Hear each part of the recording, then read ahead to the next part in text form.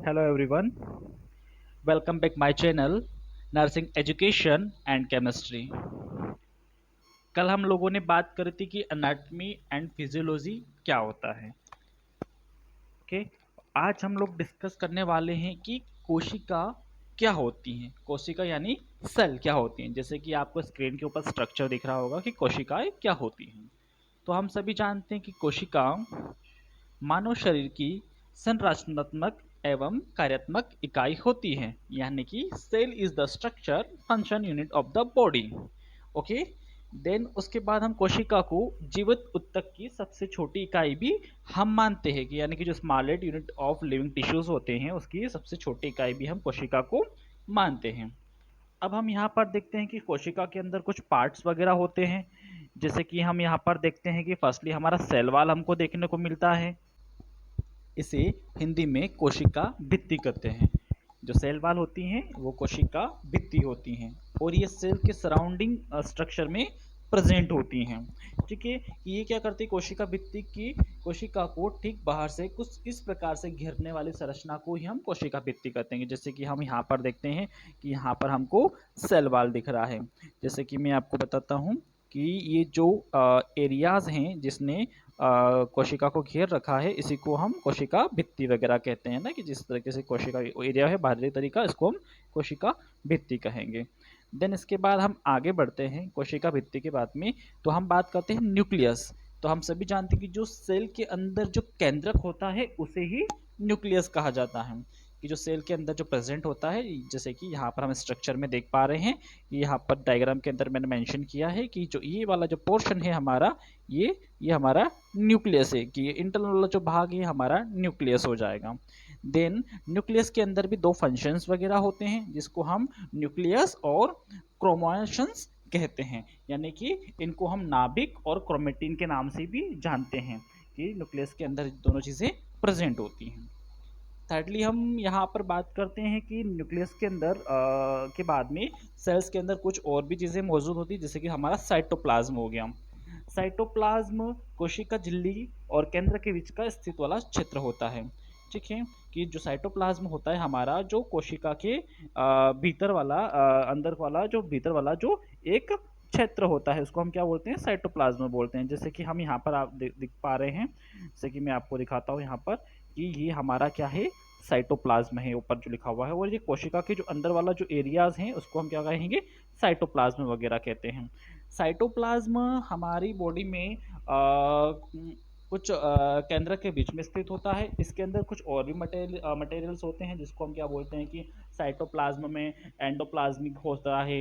ठीक है, इसमें एंडोप्लाज्मिक रेटिकुलम्स हो सकते हैं, गोल्जी बॉडी हो सकती है, माइक्रोकांड्रिया हो सकता है, लाइसोसोम्स हो सकते हैं, सेंट्रोसोम्स वगैरह हो सकते हैं। तो इन सभी चीज़ों के बारे में हम आगे पढ़ने वाले हैं। यहाँ तक हमारी बात हुई साइटोप्लाज्म के बारे में।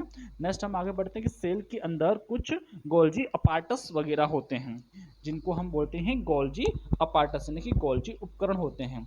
ठीक है, इसमें हम ये देखते हैं कि जो गोल्जी उपकरण होते हैं ये एक कप नुमा संरचना होती है, यानी कि कप के आकार की तरह हमको दिखते हैं। गोल्जी अपार्टस जो होते हैं वो हमको कप की तरह दिखते हैं। जैसे कि मैं आपको यहाँ पर बताता हूँ कि ये जो हमारा मेंशन करके कि ये जो हमारा है गोल्जी अपार्टस हो गया, और नीचे जो आपको दिख रहा है जो डॉट वाला पोर्शन दिख रहा है इसको हम गोल्जी वेसिकल्स कहते हैं। ऊपर वाले जो कपनुमा जो भाग हमको दिख रहा है उसको हम गोल्जी अपार्टस कहेंगे, और जो नीचे वाला जो भाग दिख रहा है हम उसको गोल्जी वेसिकल्स कहते हैं। ओके, देन इसके बाद हम यहाँ पर आगे बढ़ते हैं। जैसे स्क्रीन पे आप देख पा रहे हैं कि यहाँ पर आ गया है माइटोकॉन्ड्रिया। माइटोकॉन्ड्रिया वो चीज़ें होती हैं जो सेल्स के अंदर राइबोन्यूक्लियस एसिड बनाते हैं, एसिड्स के बने होते हैं, और इसमें कुछ एंजाइम्स भी बने होते हैं, एंजाइम्स भी इसके अंदर प्रेजेंट्स होते हैं। जैसे कि हमारा माइटोकॉन्ड्रिया की हम यहाँ पर बात करते हैं, जैसे कि कहाँ पर प्रेजेंट होता है हमारा माइटोकॉन्ड्रिया, आप सभी को दिख रहा होगा, जिनके अंदर एंजाइम्स वगैरह होते हैं और जो सेल्स को एंजाइम्स वगैरह प्रदान करते हैं। ये हमारा माइटोकॉन्ड्रिया हो गया। देन उसके बाद हम बात करते हैं यहाँ पर लाइसोसोम्स की बात करेंगे।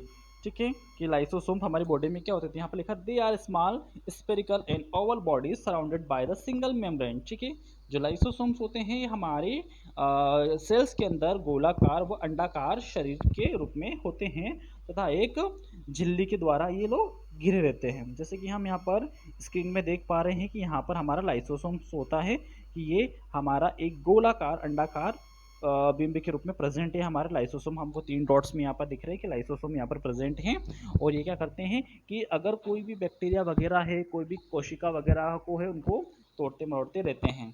ओके, नेक्स्ट हम यहाँ पर बात करते हैं लाइसोसोम्स के बाद हम बात करते हैं सेंट्रोसोम्स की। ठीक है, कि सेंट्रोसोम्स क्या होते हैं। तो सेंट्रोसोम का व्यास 201 डिग्री होता है, जो सीधे खोखले सिलेंड्रिकल्स में होते हैं और ये आकार में रख रखाव से संबंधित होते हैं कोशिका के अंदर। जैसे कि हम यहाँ पर बात करते हैं सेंट्रोसोम्स की, कि सेंट्रोसोम्स यहाँ पर कहाँ पर हमको देखने को मिलेंगे। जैसे कि आप सभी लोग यहाँ पर देख पा रहे हैं सेंट्रोसोम्स के अंदर कि जो सेंट्रोसोम्स होते हैं, जैसे कि हम यहाँ पर आपको बताते हैं कि ये जो एरियाज जो दिख रहा है, ये हमारा, इनको हम क्या बोलेंगे, सेंट्रोसोम्स बोलेंगे। कि जो हमने एरोज जो बना के आपको दिखाया है, इस एरियाज को हम सेंट्रोसोम्स बोलते हैं और ये कोशिका के अंदर का रख रखाव करने से संबंधित होते हैं। कि कोशिका के अंदर रख रखाव करना या फिर कोशिका को स्थिर रखने के लिए हमारी हेल्प वगैरह करते हैं। लास्ट में हम आते हैं कि एक टॉपिक आता है कि फंक्शन ऑफ सेल्स, की जो कोशिका है उनके कार्य क्या क्या हैं।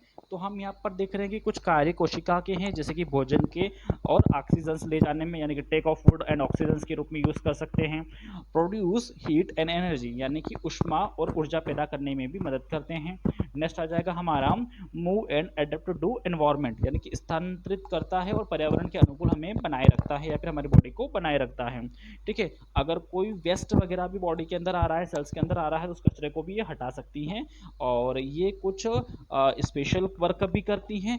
देन ये क्या कर सकती हैं कि रिप्रोड्यूस और क्रिएट आइडेंटिकल सेल्स होता है, जिसमें यानी कि जो समान सेल बनने के लिए भी उसको प्रतिरूपित कर सकती हैं।